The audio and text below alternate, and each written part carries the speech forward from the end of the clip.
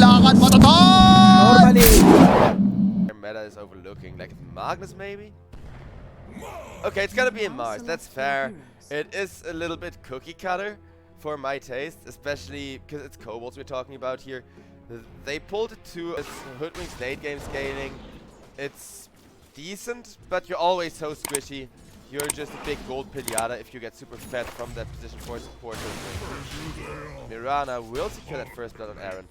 No creeps to deny to. Levram. He's one of the coolest freaking cosmetics in the game.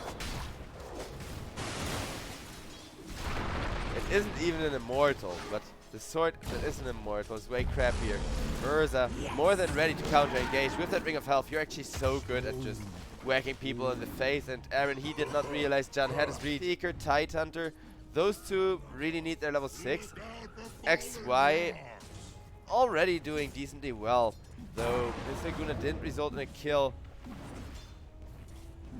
He is on top of last hits with the second being Bloodseeker. Now, that Laguna is gonna result in a kill. Okay. The second it's off cooldown, it gets used in the face of the Mars again.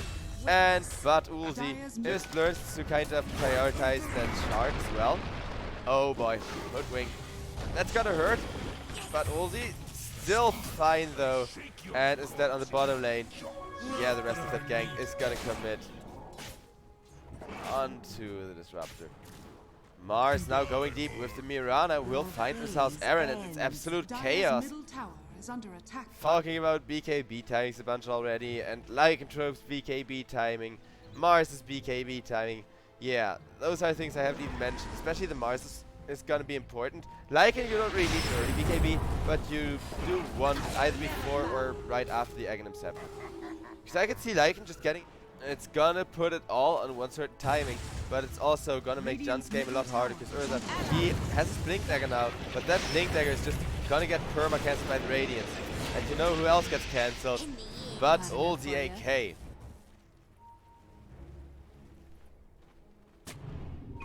Radiant's middle tower. The momentum that KOBOLDS wanted. Normally, and I said it before I saw that Bloodseeker was picking up a Radiance, Bloodseeker was the one with the way earlier timing. Ooh, Urza, he gets Avalanche tossed as the Roche is already low, and an arrow comes on in, but Mars will secure the Roche kill, and Urza will just pick up the egg. Time goes down. The Ravage as Poke to continue the fight, but Top tower is under attack. now that is the next level play. Lycanthrope, however, has done his job of finishing off the bottom tier 2 tower. Skadi not gonna be able to teleport this time. Full poke once, shame on you. Down goes Lycan, but a huge arena onto 2 people, and Run Fudao gets instant nuke. Aaron not able to get out of there. Even the Mirana arrow comes on in to make absolutely sure he's dead. Because yeah, they didn't expect Tiny to do Radiance. Because I love Radiance, it's my favorite item in all of Dota, but you need to use it to fight. If you build as the first item, it is momentum based. Now finally Bloodseeker gets an angle. Urza is in a crappy position. However, Mars is ticking to that Radiance damage. And look at that, with the Laguna and with the Ancient Creeps helping out a little bit. So much work being done by the Bloodseeker. This is what I've been waiting for. Poke, they couldn't have done without the double kill a lot longer, but now that they get it, it's gonna be a triple for absolutely nothing. The BKB is underway. Damage is plenty. Opportunities to go in, it depends. Mirana, oh well, speaking of opportunities to go in, Mirana gets invited to do so. And without a BKB, you're not able to refuse that invitation. But Yuzaki, ouch. But Yulzi AK once until Urza's BKB, they're pretty much always gonna be in charge of the game. Turns that into more of a lead. But Ulzi AK once again just heading kill off, and Titan goes for a 2-man Ravage. That is gonna result in 1 kill, that's gonna result in 2 kills. Jun, he had the BKB, but he wasn't allowed to press it. Urza, no ultimate, no BKB, no nothing. Without the Ravage, not really a fight. This KOBOLDS first want to get rid of the vision. Killer, he is so good at poking, and that's gonna be a low health Mirana tossed back. Urza came in for a snatch on the Aegis though, as Mirana was the distraction. Netican is gonna drop on the Mars, and Lina, wicked sick XY is getting so freaking fat with that crucial assault curse. timing, at least until the wolf comes at her. And the wolf is at your door, but the wolf gets glimpsed back and killed off the first time. Now down goes Skadi on the Lycanthrope, and Bloodseeker looking to run down more with Levred dying in the back line. So Kobolds, they are running out of gas. Managed to teleport out the Urza. Plus Ghost Scepter, and now is going for an Ethereal Blade. That Ethereal Blade, of course, isn't only going to benefit him, that's also going to benefit the Disruptor. Now, speaking of Disruptor, he is going to go onto Ben Ulti, and with Butter down, Runfu down, drops on the Disruptor. Actually, Batulzi survived that one, and you know who did the Urza? That is huge! That is your raid boss not being protected, and instead Urza and Mirana, those are the two heroes you want to protect. Those are not the two heroes you want to take the brunt force of that fight. The Disruptor. Allies disappear.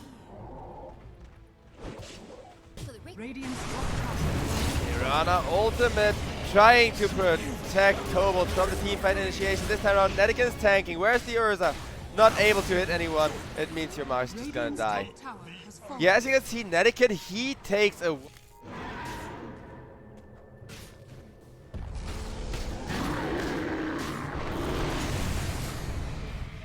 XY able to go Invis and Force Staff himself out of there. But Force Staff and Invis aren't going to protect him. That is the Lina dead, and now they may be able to fight without more damage being available. However, Skadi gets taken out of position, but Urza is looking to turn the fight. A Ravage has to be committed onto the Urza to prevent him from getting out more, but it will work.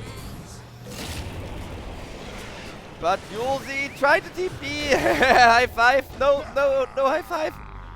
I mean, gotta give it to Kobolds. They're trying till the bitter end, to the point where their opponents are BMing them. Mars once again lands a two-man arena. Netiken, he got BM'd. He got tipped in the early game. He's still gonna keep hitting his ultimate as a revenge, even if things may seem desperate. Lycanthrope goes on down, but now the refreshment from Tide gets revealed and things are over, I'm afraid. Maybe not entirely over, but Urza, what can you do? Yeah, nothing anymore. With the Bloodseeker blocking him in place, in comes an Ethereal Blade, shotgunning down the Lycanthrope.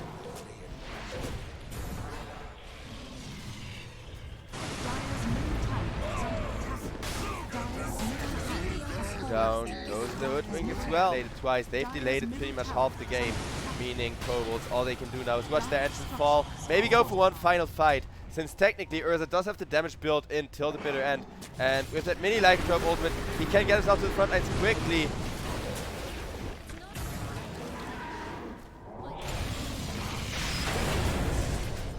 Levram goes on down to XY, Jun goes on down to the Bloodseeker, and GG is called, but Ulzi, he is gonna go down as well, and yeah, that's a GG.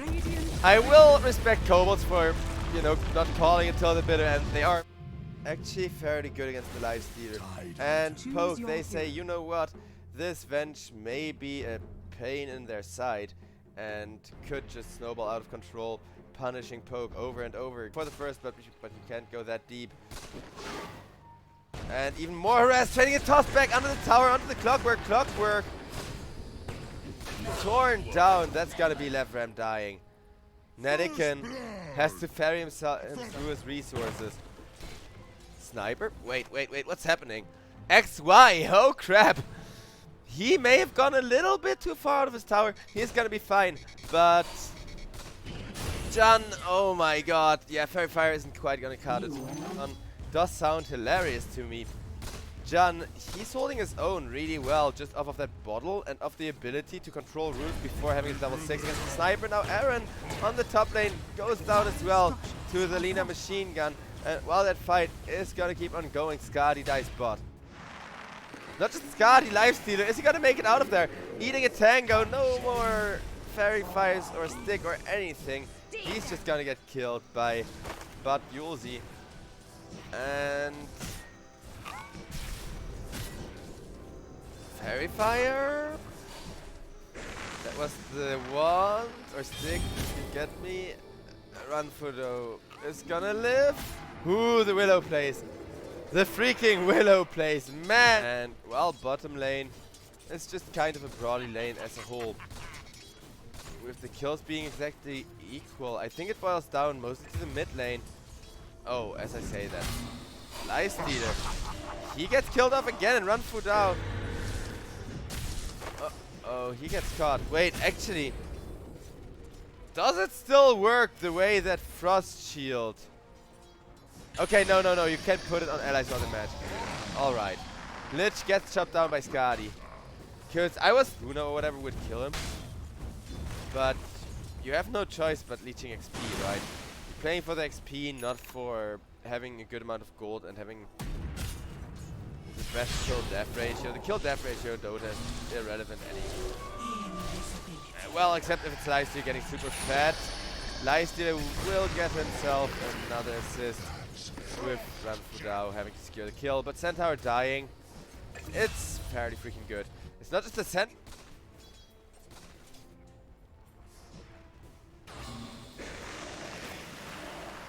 Tidehunter.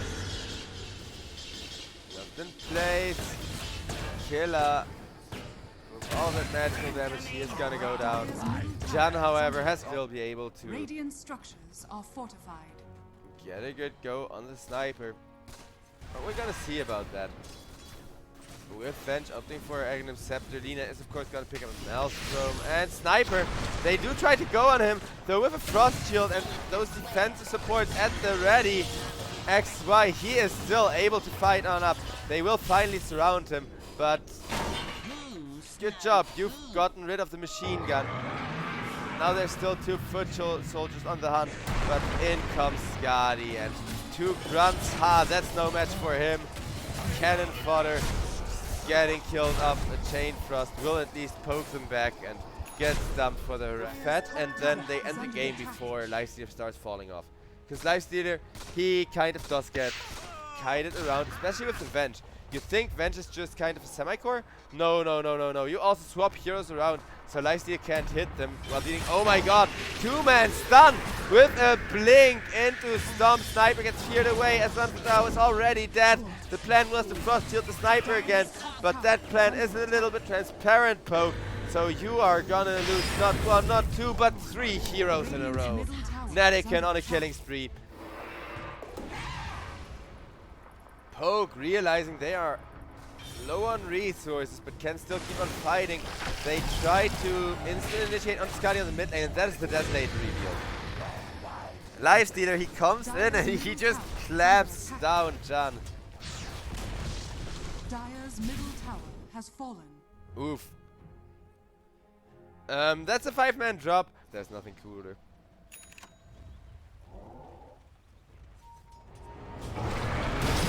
Lina, it's gonna get stunned up, locked down with a toss up in the air.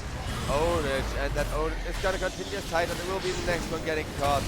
And KOBOLDS, they do find a really good 2-man Lich ultimate, and it keeps on bouncing and bouncing.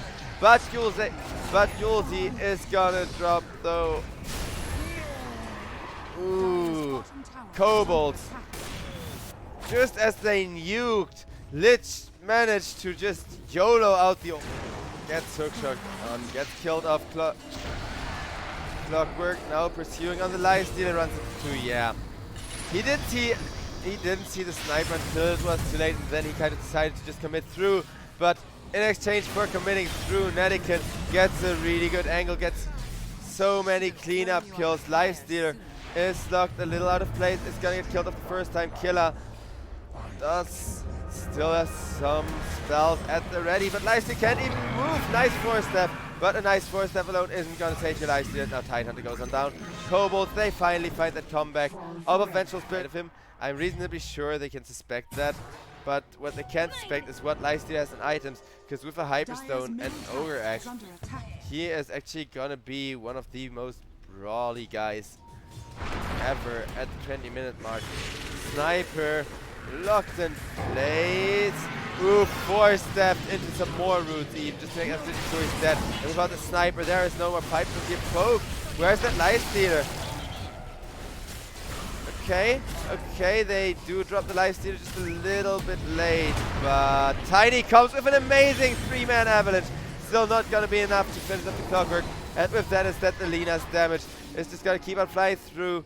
Willow looks to finish that kill. Tiny a little bit tankier than he looks. Do they have more? Aaron still juking around, and it looks like he gets teleported times faster than you can kill her. And even hypothetically, without that invis, you still have a Hurricane Pike on the Lina. So Lina is always gonna give the sniper a hug. And Lina has crits as well as a Maelstrom. So yeah, Maelstrom is not gonna help him keep up enough. Aaron gets nuked down. But we're gonna see, maybe XY, like, there's oftentimes also something that I can be missing. And here we go with the bouncing Venge missiles. I could just keep my camera AFK on the Venge because look at that. Number 1, number 2 now is swap back on the sniper. Sniper disarm, going for an ambitious teleport out. Will be able to make that, as there couldn't be an angle for the hook shot. They try to move out of the way as fast as possible, but that's just broke. 105 damage. Lina's shard adds 105 magical damage to each of her spells. Alright, that's fair enough, that's fair enough. But if you compare that to the crit, you can kind of see where the damage is coming from. And that's exactly why I'm not feeling the sniper. And yeah, XY, now he realizes, and that's why my own puffs. So I feel like that's hypocrite, but still, it is what's costing XY so much. Well, this time around it's just getting swapped that screws with him. And that's why you need either Skadi or Link here, both being acceptable. Lich gets bursted down, a huge chain thrust flies on out. Kobolds, yeah. When it...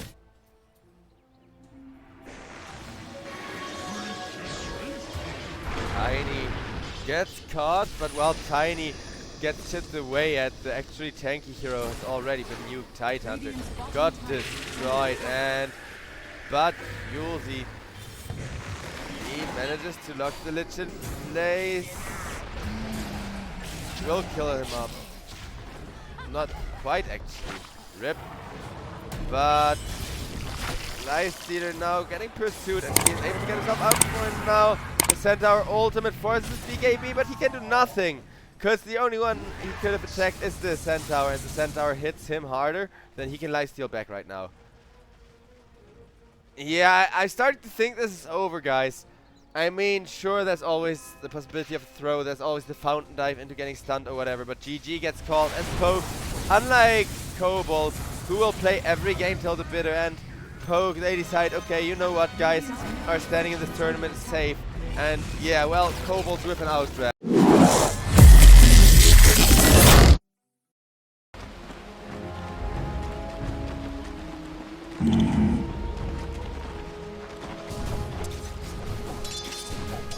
Right.